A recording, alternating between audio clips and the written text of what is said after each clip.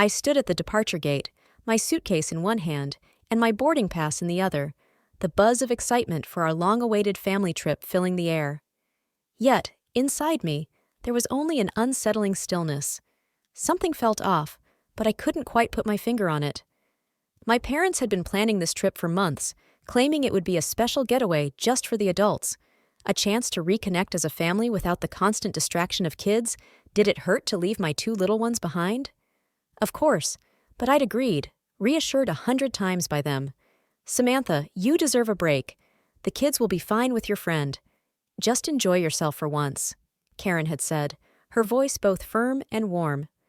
So, I'd made arrangements, stocked the fridge, left detailed instructions, even video called my babies twice before heading to the airport. I was ready to embrace this rare opportunity to be just Samantha again, not just mom. But then she walked in. My sister Rachel, with her 3 kids trailing behind her, creating a chaotic line as they moved through the gate. Kids, I had been told explicitly, who weren't supposed to be part of this trip. My stomach tightened as I took in the sight, little backpacks swinging wildly, sticky fingers clutching snacks, tiny voices chattering excitedly. I turned to my parents, confused. Didn't we agree this was adults only? I asked. Oh, Samantha, don't be so surprised, Karen said, waving dismissively, as if I were making a big deal out of nothing. James chuckled beside her. It's different with Rachel's kids. They're no trouble at all. No trouble? I stared at my sister's youngest, Aiden, who was already treating the airport seat like a jungle gym, giggling as he climbed and tried to leap off. Rachel must have noticed the look on my face because she let out a soft laugh. Relax, Sam. My kids are angels. You won't even notice they're here. That's when Karen said it, the words that sent an icy shiver down my spine. We just love them more. At first, I thought I misheard. Surely she hadn't just said that. But then she smiled, her eyes twinkling, as if it was the most natural thing in the world, like it wasn't a sharp knife twisting in my chest. I let out a dry laugh, shaking my head. Excuse me? She sighed dramatically. Oh, don't be so sensitive, Samantha. We just mean well, they're easier. They listen. They're more... She hesitated before gesturing vaguely. You know, lovable. My face flushed as a slow, burning rage began to simmer beneath my skin. My mind flashed to my children, my sweet, bright, beautiful babies, at home right now, probably wondering why Mommy had to leave without them. Rachel's kids weren't more lovable. They weren't more deserving. They were just the favorite grandchildren, and my kids, weren't even worth a plane ticket. You lied to me, I said, my voice steady, but barely. James let out a tired sigh.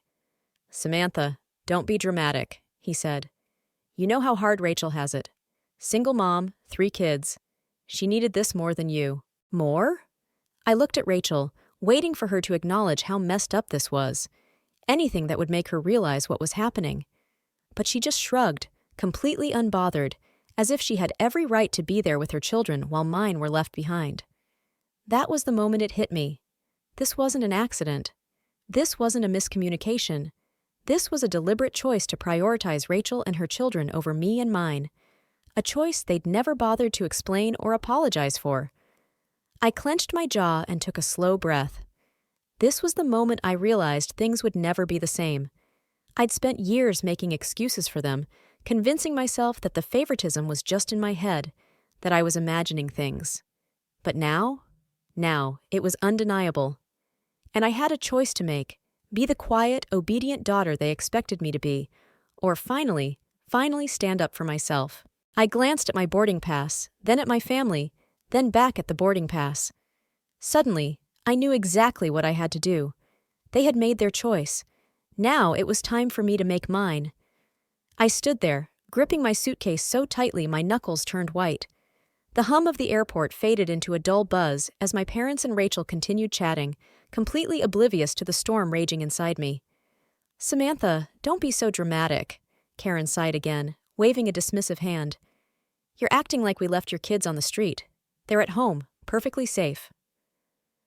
My heartbeat pounded in my ears. That's not the point, I said, my voice low and measured, but anyone who really knew me would have heard the sharp edge underneath. James shook his head, already exasperated, as if I were the one making things difficult. "Samantha, we just thought it would be easier this way. You're always so stressed with the kids. We figured you'd enjoy yourself more without them." I let out a hollow laugh, the kind that escapes just before you lose control. "Oh, right. So you were doing me a favor? Is that it?" I glanced at Rachel, who was flipping through her phone as if she weren't part of the conversation. "And Rachel? You figured she wouldn't mind bringing hers?"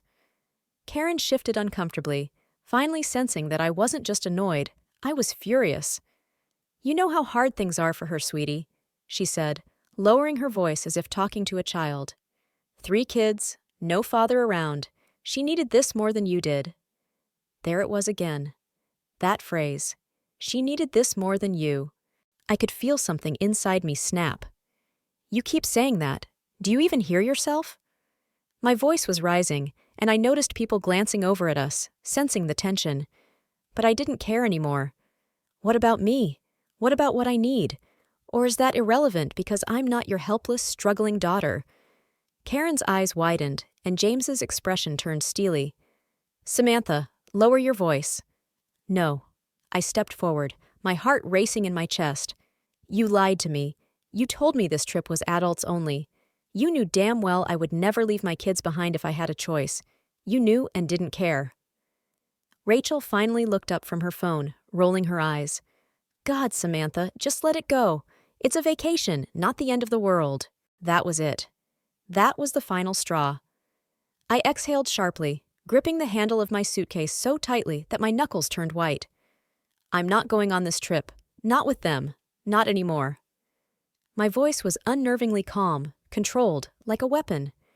"Enjoy your vacation," I said, turning on my heel and heading toward the exit. "Samantha, don't be ridiculous." Karen gasped, panic creeping into her voice. "Where are you going? The flight is boarding soon." "Not for me," I called back over my shoulder. "Samantha." James's voice cut through the air, sharper now, laced with anger. "Don't you dare act like a child over this." That stopped me. I slowly turned around to face them both, locking eyes with James. "Act like a child?" I repeated, my voice almost eerily calm. That's rich coming from the people who just told me that they love Rachel's kids more than mine. Karen's face drained of color, and she nervously scanned the airport around her. "Samantha, honey, we didn't mean it like that." "You meant it exactly like that," I snapped, cutting her off. "You've always meant it that way. I just didn't want to see it." The silence that followed felt deafening. Rachel, as usual, was completely unfazed. She sighed dramatically. "Jesus, Samantha, stop being so sensitive. My kids are here. What do you want Karen to do? Kick them out?" I laughed, a bitter, hollow laugh. "No, Rachel, I don't want her to kick them out. I just wish, for once, she thought I was just as important as you are." Karen opened her mouth to argue, but I didn't let her speak. I turned and walked out of the airport, not bothering to say another word. The drive back to my house was a blur. My hands were gripping the steering wheel so hard, I honestly thought it might snap in half. I felt completely numb, like I was floating above my own body, watching everything unfold from a distance. The scene kept replaying in my mind, over and over again. I had spent so many years bending over backward for my family, making excuses, convincing myself I was just being paranoid. But now, they'd made it painfully clear. I was never going to be enough for them. Not as a daughter, not as a sister, not even as a mother. My thoughts shifted to my kids, my sweet, bright babies, who were at home right now, waiting for me. They were waiting for the grandparents who would never put them first like they did Rachel's children. And in that moment, I knew it had to stop. This wasn't just about the trip. It was about everything. Every Christmas where my kids got smaller presents than Rachel's. Every birthday where my parents fawned over her children and barely acknowledged mine. Every time I was made to feel like I was less. No more. By the time I pulled into my driveway, my decision was made. I wasn't just walking away from the trip. I was walking away from them. For good.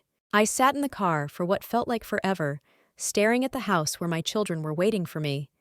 The warmth of home should have given me comfort, but all I could hear were my mother's words. "We just love them more." That one sentence had shattered something inside me, something fragile I'd tried so hard to hold together over the years. They had never said it out loud before, but they didn't need to. The favoritism had always been there, lingering beneath the surface like a wound that never fully healed.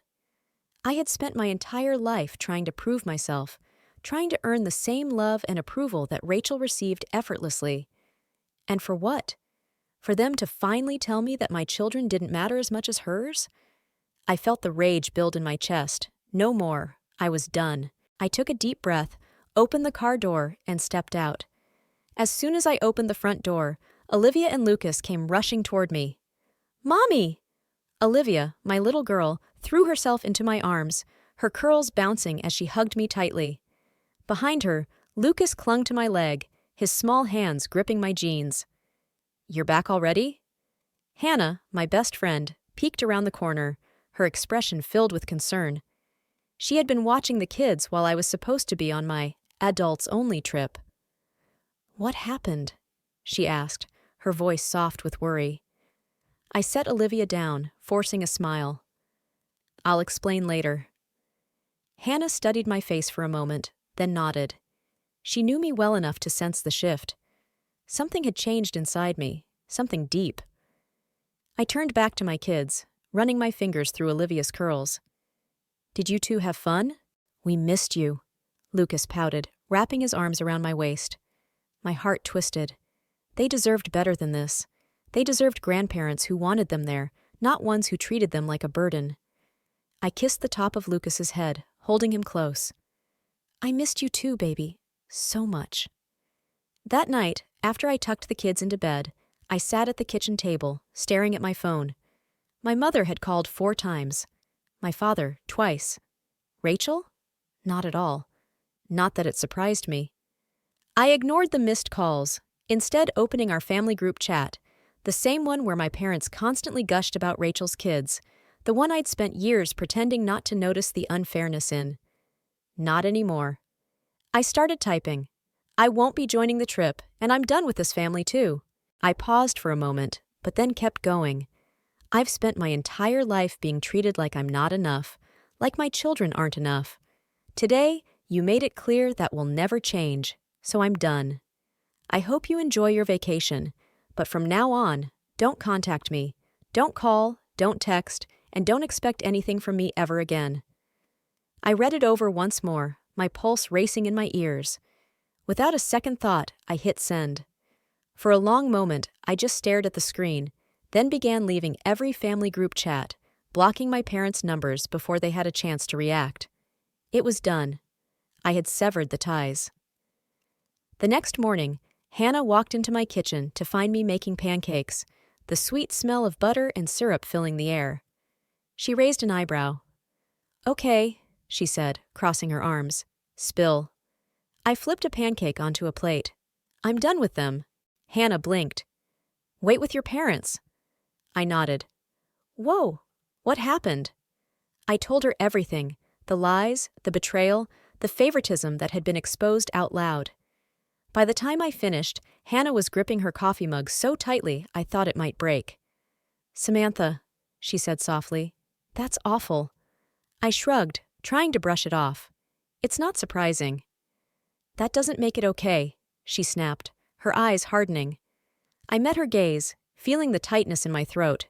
"No, it doesn't." Hannah set her mug down. "So what now?" I exhaled. "Now? Now I focus on my kids, on our life. I've spent too long chasing their approval. I don't need it anymore." Hannah studied me for a moment, then smiled. "Good, because you and your kids, you deserve better." I nodded, my heart feeling lighter than it had in years.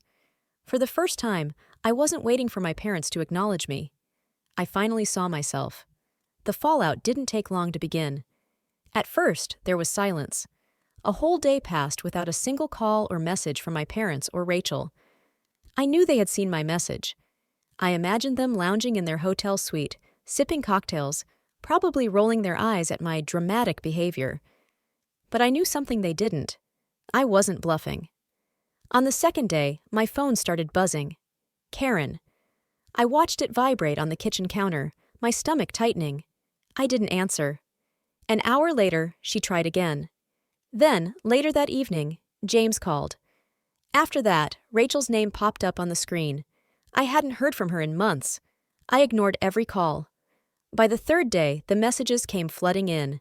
Karen, Samantha, sweetie, let's be reasonable. You're overreacting. We need to talk. James, enough of this nonsense. Call your mother back. Rachel, seriously, Samantha? You're actually mad about this? Grow up. I stared at the messages, letting out a bitter laugh. Not a single apology. Not an ounce of acknowledgement that they had done anything wrong. They still saw me as some child throwing a tantrum, expecting me to cave and beg for forgiveness. On the fourth day, the tone shifted. Karen, Samantha, this is ridiculous. We're family. You can't just cut us off. James, you're being selfish. Do you have any idea how much we've done for you over the years? And then the message that made me sit up straight. Karen, Samantha, your father and I need help financially. We need to talk. I blinked, reading the message twice to make sure I wasn't imagining it. There it was, the real reason for their sudden concern. I had expected it to come eventually, but not this quickly. They weren't worried about losing me. They were worried about losing my support. The realization hit me like a ton of bricks. I had never seen it so clearly before, but now it was blindingly obvious. For years, I had bent over backward to keep them happy. I had helped them financially more times than I could count, whether it was covering bills, lending money, or cleaning up their messes when they overspent on something ridiculous. I never once thought twice because that's what family does, right? But now, looking back, I realized something. They had never helped me. Not when I was struggling as a new mom, not when I was going through a painful divorce, not when I was barely scraping by. I had been on my own while they showered Rachel with endless help, endless support, endless excuses. And now, when they realized I was serious about walking away, their first instinct wasn't to make things right. It was to guilt-trip me into coming back. Not because they missed me, but because they needed something from me. That night, as I tucked my kids into bed, I felt something inside me shift.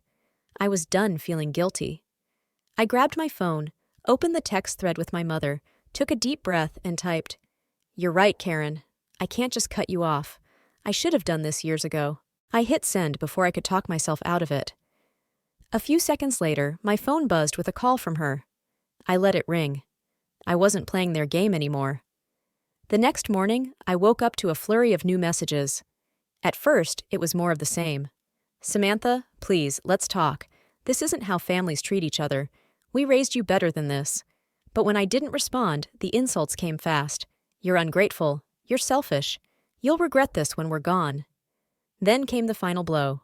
"James, fine if you want to act like..." I stared at the message for a long time, letting the words sink in. "You don't have a family. Don't come crawling back when you realize you made a mistake." A mistake?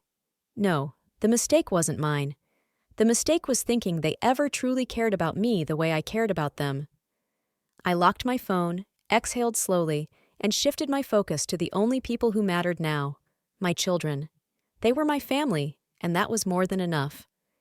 Days passed, then a week. The calls stopped. The messages grew fewer and fewer. Eventually, the silence settled in, and with it came a strange kind of peace. For the first time in years, I wasn't waiting for their approval.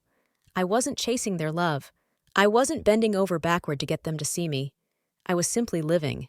And yet, even though I felt lighter, a part of me still ached. Not for my parents, not for Rachel, but for something else. Someone else. Michael, my kid's father. It had been 2 years since our divorce. 2 years since I finally let go of a marriage that had ended long before I had the courage to walk away. Looking back, I couldn't help but see the parallels between him and my parents. I had spent so much of my life begging for love that should have been given freely.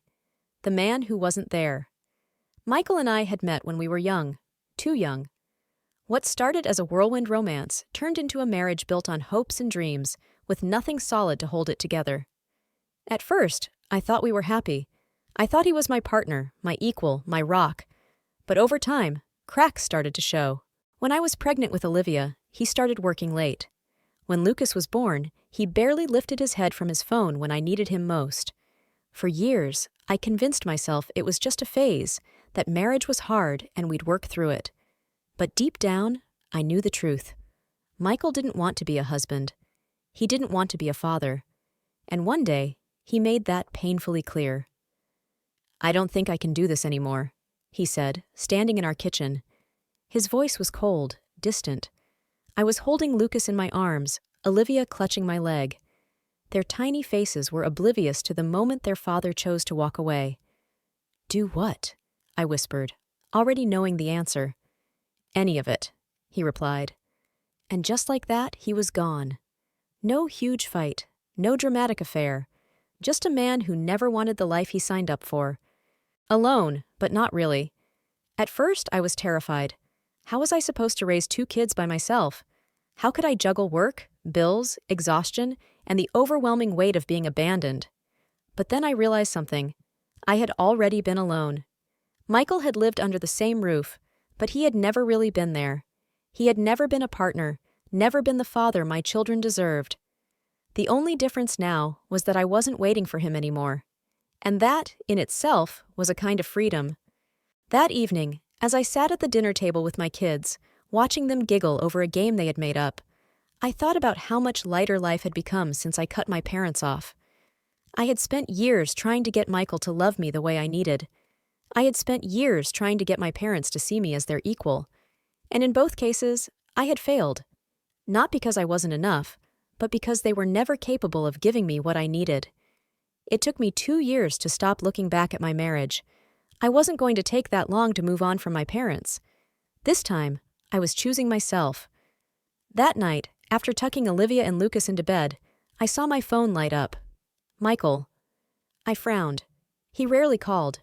We mostly communicated by email or short texts about the kids. Curious, I picked up the phone.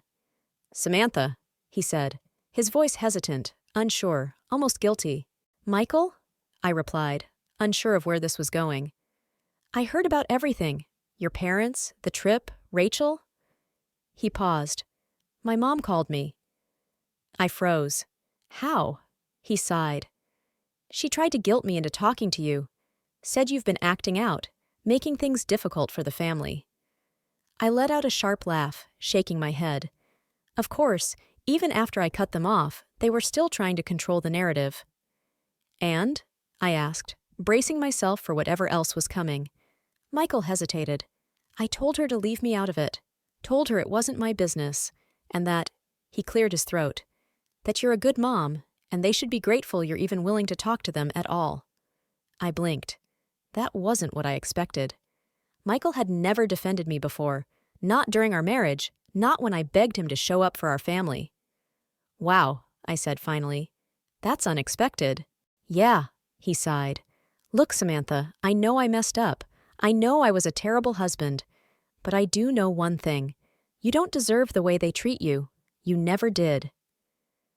For a moment, I didn't know what to say. Michael and I would never be friends. We'd never be anything more than co-parents. But hearing him say that, hearing him admit he saw what I went through, it felt like closing a door I didn't even realize was still open. "Thanks, Michael," I said quietly. He chuckled softly. "Don't get used to it." The call ended, and I set my phone down, exhaling deeply. I had spent so much time focusing on who wasn't there for me, but now I was ready to focus on the people who were. A month passed, then 2. The silence from my parents became permanent. No more calls, no more messages, no more desperate attempts to guilt me back into their lives. At first, it felt strange, unsettling.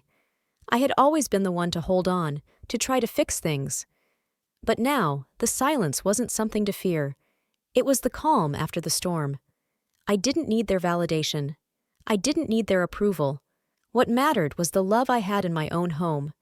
I had spent my entire life orbiting around them, constantly seeking approval, desperately trying to get a glimpse of love or attention. But now that pull was gone, and what surprised me most was that I didn't miss it. One evening, as I was preparing dinner, Olivia walked into the kitchen, her stuffed bunny trailing behind her. "Mommy," she asked, tilting her head, When are we going to Grandma and Grandpa's house again? My hand froze mid-motion, the wooden spoon clenched tightly in my grasp.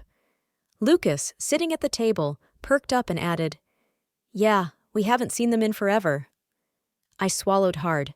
How could I explain to them, my children, who were still too young to understand the deeper wounds of manipulation and favoritism, that their grandparents had never truly cared about them? That they only loved them when it was convenient for everyone else? I kneeled down to Olivia's level, brushing a stray lock of hair from her face.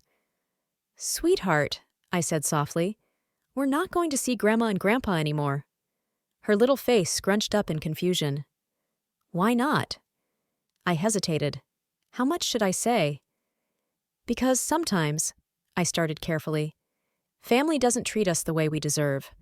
And when that happens, we have to build our own family, a family that loves us the way we should be loved."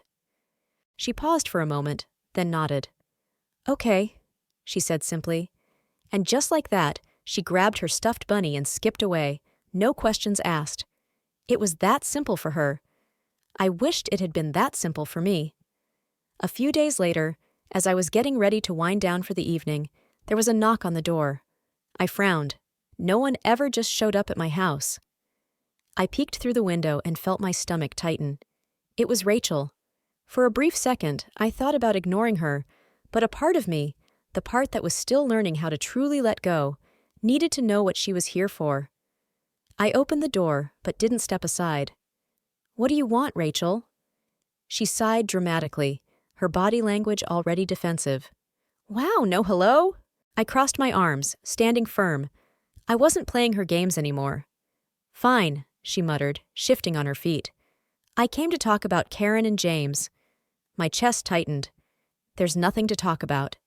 "Come on," she said, her voice laced with impatience. "You've made your point. Okay, you're mad, but it's been months. They're still your parents." I couldn't hold it in. I laughed, actually laughed. "No, Rachel. They were my parents until they made it clear that I didn't matter as much as you did." Rachel rolled her eyes, clearly irritated. "Oh, please, they love you enough." I kept my voice steady, unwavering. "I'm not doing this anymore. I see them for who they really are now. And I see you for who you are too. I don't need any of it in my life anymore." Her lips parted, surprised by my resolve. But I cut her off before she could speak. "I'm done being the second-choice daughter. I'm done being the one they take for granted. And I'm done pretending that I'm okay with any of it." Rachel stared at me for a long, silent moment. Something flickered in her eyes. Maybe regret, maybe guilt. But I didn't care anymore. "Goodbye, Rachel," I said firmly, and I was the one who shut the door this time. That night, I sat on the couch with Hannah, sipping tea while the kids played in the other room. "So your sister showed up," Hannah said, raising an eyebrow. "Yep." "Let me guess. She wanted you to forgive and forget, to pretend everything could go back to how it was?" I grinned. "You know it." Hannah took a sip of her tea, clearly amused. "And?" "And I told her to leave." She laughed. "Damn right you did." I leaned back, my body finally relaxing for the first time in years. For the first time in my life, I felt free. No more begging for love, no more waiting for validation, no more twisting myself in knots just to get their approval. I had my kids, I had my friends, I had peace, and that in the end was more than enough.